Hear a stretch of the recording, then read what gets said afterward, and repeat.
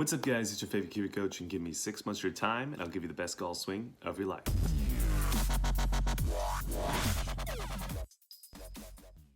So welcome back to the channel. In this particular video, we have another client before and after video for you guys, and this is going to be another Natsuki Hatano update. So if you guys were interested in what we're doing with Natsuki, and you kind of want to know what she did with the protest and what we're currently working on and all that good stuff, this is the video for you. So let's go ahead and jump in. But before we get into the video, I want to give a quick shout out to our sponsor, and that is Kiwi Golf Japan. If you're too busy or you just can't make it out to our locations for lessons, Kiwi Golf Japan is the membership site for you. With over 200 plus videos of golf instruction, we have everything on the site you could possibly want. So go ahead and check out that link down below, and now let's get into the video. So the main point of this video is we want to give you a little bit of an update with Natsuki Hatano, what she did with protests, kind of what her result was.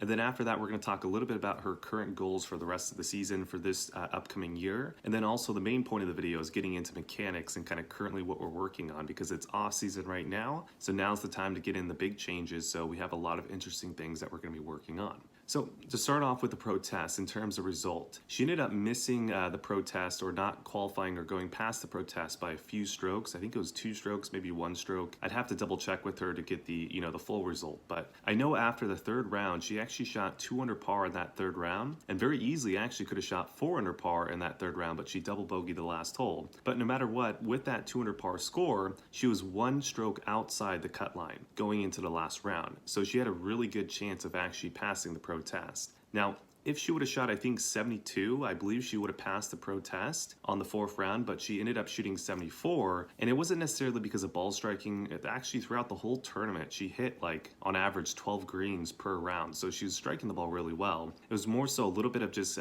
inconsistent short game, not really making enough birdie putts, and all of that kind of added up to her just barely missing out on passing of the protest. So obviously she's very frustrated, and it's a little bit of a downer that she wasn't able to pass, but there's a lot of positives that we could take away from the tournament as well. There's a lot of learning points that we can take into this season and kind of work on, so when we go to protest in the next season, we're gonna have a lot better chance of passing.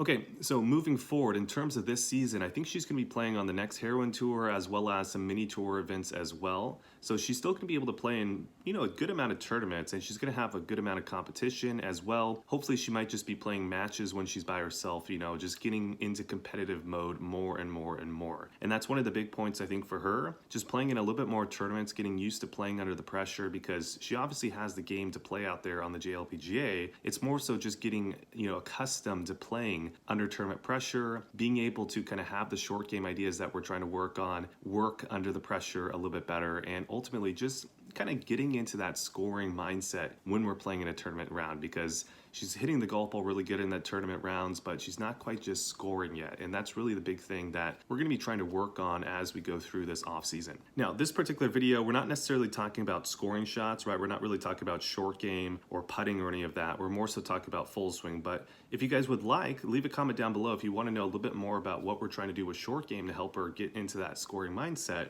Leave those comments down below. But this video is more so focused around swing. So now let's get into the swing, right? The main point, and let's talk about one of the major swing changes we're going to be working on this off season. So in the past, we've talked a lot about backswing with Natsuki, as well as on the downswing, we talked about really just the way that we were torquing the club to get the club head pitching out towards the golf ball a little bit earlier and get her a little bit less underneath the plane. Now, there were some other things I saw in her golf swing when we first started working together. However, I didn't want to necessarily change them at that time, just because protest was coming up, and the ideas that I wanted to change were more so in the body. And the body typically takes a whole lot longer to change, especially when you're trying to play tournament golf. It's difficult to kind of work on a body change and then try to do it in tournament pressure, right? So that's one of the reasons why we kind of held off on this particular change that I'm going to be talking to you guys right now. So when it gets into that body change that I wanted to change, it really had a lot to do with the way the knees were moving in the backswing and the downswing. To give you guys an example of this, if we go take a look at her before swing right here and go take a look at her lead knee, we can see that her angle right here is right around 127 degrees.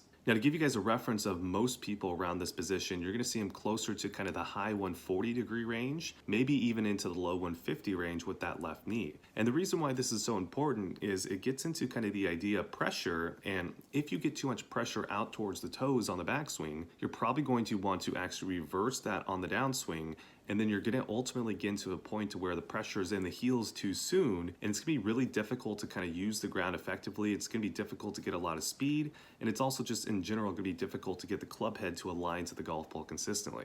As you can see in this after swing, one of the things we're working on the course in our round lesson the other day was we're trying to get the knees to be a lot straighter throughout the backswing and the downswing. So as you can see here, I'm having a little bit of a club right here, and the main point is more so as a feeling. We don't want her to obviously hit the club, right? It's a very simple feeling, and ultimately it worked out really well. However, again, we're gonna have to get to a point where we don't have to use the club to be able to get the same results, right? Which we're still not quite at. But I think for the short term, this is a great feeling for any of you guys out there if you struggle with something similar to what Natsuki was struggling with. So as we can see now in the after swing, we're seeing that her lead knee is going to be right around 148 degrees, which is getting much more into the normal range. So now at this point, the pressure is a little bit more evenly distributed amongst her foot. It's not so heavily out towards the toes. And what's going to happen is on the downswing, we're going to find that she stays a little bit more what I call on top of the golf ball. She's not backing away from the golf ball as much. And then ultimately what that's going to allow us to do is stay more on top of the plane, and it's going to help us with that steepening torque that we're trying to work on.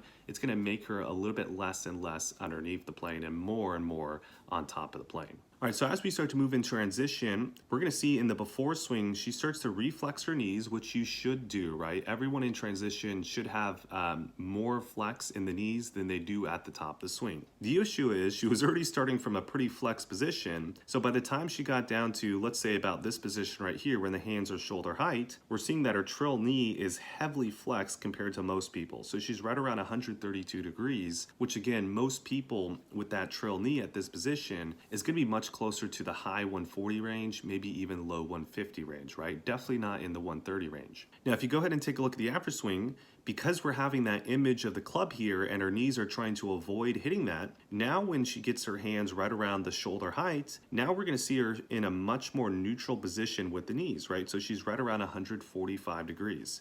So that's roughly what, 13 degrees of change. Just with that simple feeling of that club head being there, or the club shaft, she was able to get the knees a lot taller. All right, that's it for you guys on YouTube. I hope you guys enjoyed the video, but before you guys click off, let me give you a quick wrap-up point. So the most important point when it comes to the overall knee movement throughout the backswing and the downswing is you want to have it within the parameters that we talked about. So at the top of the swing, if you look at your your lead knee, you want to see that in the high 140 range, the low 150 range. And then when it comes to the trail knee around position 5, you also want to see it kind of in that high 140 range to kind of low 150 range. Now, the reason why those are the ideal ranges is for most of you guys out there, that's going to displace the pressure amongst the foot in the correct points at the correct times for what we just said.